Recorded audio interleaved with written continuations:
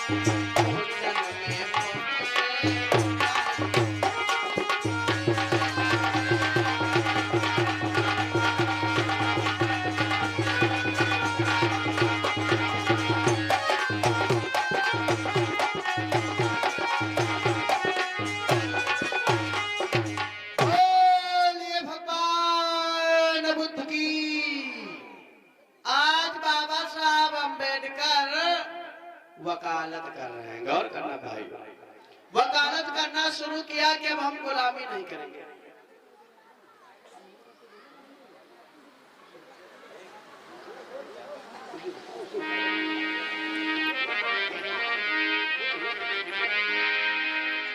थोड़ी बात हो रही है, 20 मिनट लगेगा ज्यादा, पूछ लो जैसा भी हो। गौर करना भाइयों, इधर बैरिस्टर अंबेडकर कोर्ट में बैठना शुरू कर दिया। हमारे सहयोगी लोग ध्यान देते जाइएगा। एक बार जोरदार जयकारा लगाओ आप लोग, बोलिए बाबा साहब जी। भाई बाबा साहब पहले दिन कोर्ट में बैठने के लिए जगह नहीं मिली, क्योंकि वहां भी मनवादी विचारधारा के लोग थे। तो उन्होंने शोर सिफारिश लगाया तो कचहरी से बाहर थोड़ी सी जगह दी गई, बिल्कुल कचहरी से बाहर, जहां पर कोई वकील नहीं बैठता था, उस कचहरी से बाहर थोड़ी सी जगह दिया। लोगों ने शोर सिफारिश डालने पर वहां पर भीमराव अंबेडकर ने टीन सेट रखवाया और वकालत करने के लिए बैठ जाते। केस आता ही नहीं, क्यों आएगा? सभी के दिमाग में तो बुद्धि में कुछ और भरा था।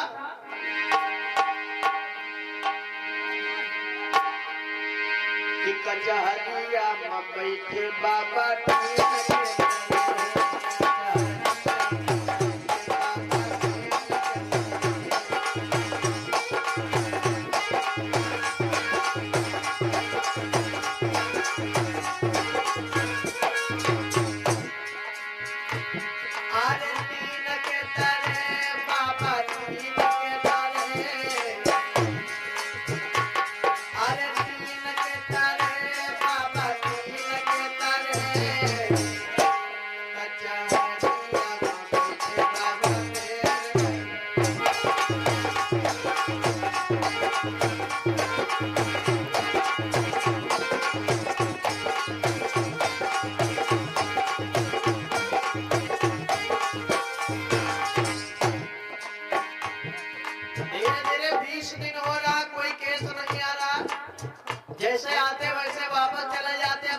खर्चा भी रुक रहा था। गौर करिएगा, जब आप कदम कोई लोगन का,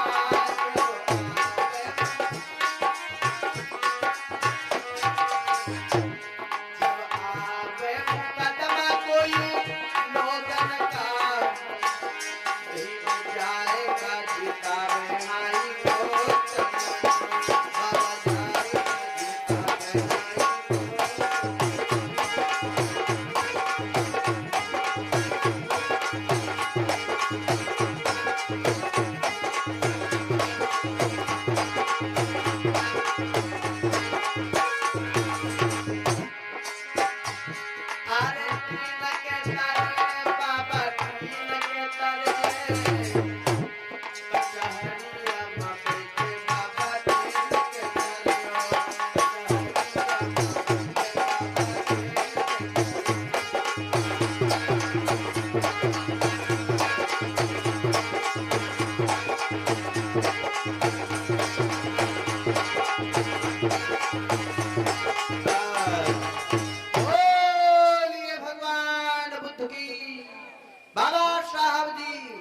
नहीं बात बनी तुमका सबका कसम तुम्हारे बंचन के आई। एक बार जयकारा बहुत इतनी जोर से जयकारा लगाओ कि जयकारे की आवाज योगी आदित्यनाथ बिल्डोजर बाबा कानन तक पहुंच जाए। तब वो लोग पूछ सके कि ये भीम नाम की आवाज कहाँ से आ रही, इधर सामने डाल पूछ सके भीम नाम की आवाज कहाँ से आ रही, तो लोग बता सके कि भेका गांव में यहाँ 3 दिवसीय धम्म ज्ञान वर्षा का आयोजन हो रहा, वहां से सभी उपासक भाई बहनों की आवाज आ रही। इतनी जोर जयकारा लगाओ, जो घर में खटिया तोड़ रहे उनका मालूम तो हो हमारे साथी पंडाल में बैठे कम से एक बार जोर जयकारा लगा। बोले भगवान बुद्ध की, थोड़ी और मेहनत करो, बोलिए बाबा साहब जी, अठन्नी पाएगो दोस्त, थोड़ा और मेहनत करो। बोलिए संत शिरोमणि गुरु रविदास की। बहुत बहुत धन्यवाद। ऐसे जयकारा लगाया जाता है। अब बाबा साहब अम्बेडकर देखो, गौर करो, बाबा साहब अम्बेडकर कचहरी में बैठे हैं, कोई केस नहीं जा रहा, और ऐसा केस उनके पास जाता जिस केस को कोई नहीं लड़ पाता, वो केस बैरिस्टर अम्बेडकर के पास में जाता था। भाइयों, एक दिन का समय है, एक ब्राह्मण बच्चे की गलत संगतियों के साथ पढ़ करके कोर्ट ने उसे फांसी का हुक्म सुना दिया। गौर करेंगे, और जब फांसी का हुक्म सुना दिया था तो आज वो बचाने के लिए जान अदालत में जाता है, वकीलों की शरण में जाता है। गौर करेंगे भाइयों,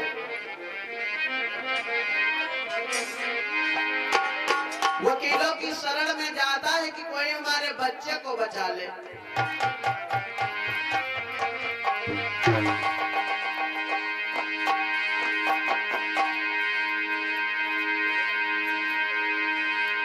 लेकर बेटा साथ सुमिर रघुनाथ पास चल पियो,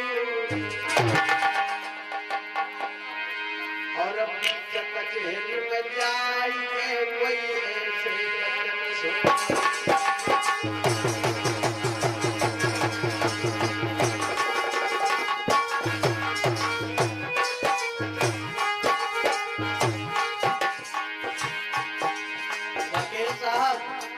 वकील साहब मेरी मदद करो,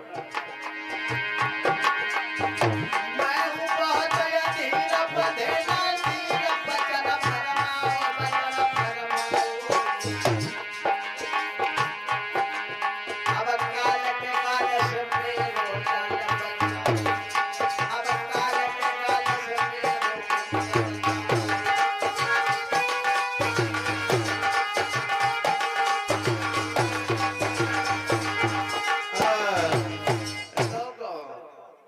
दिखाया। वकील साहब मेरे बच्चे को बचा लो, मेरा बच्चा निर्दोष है।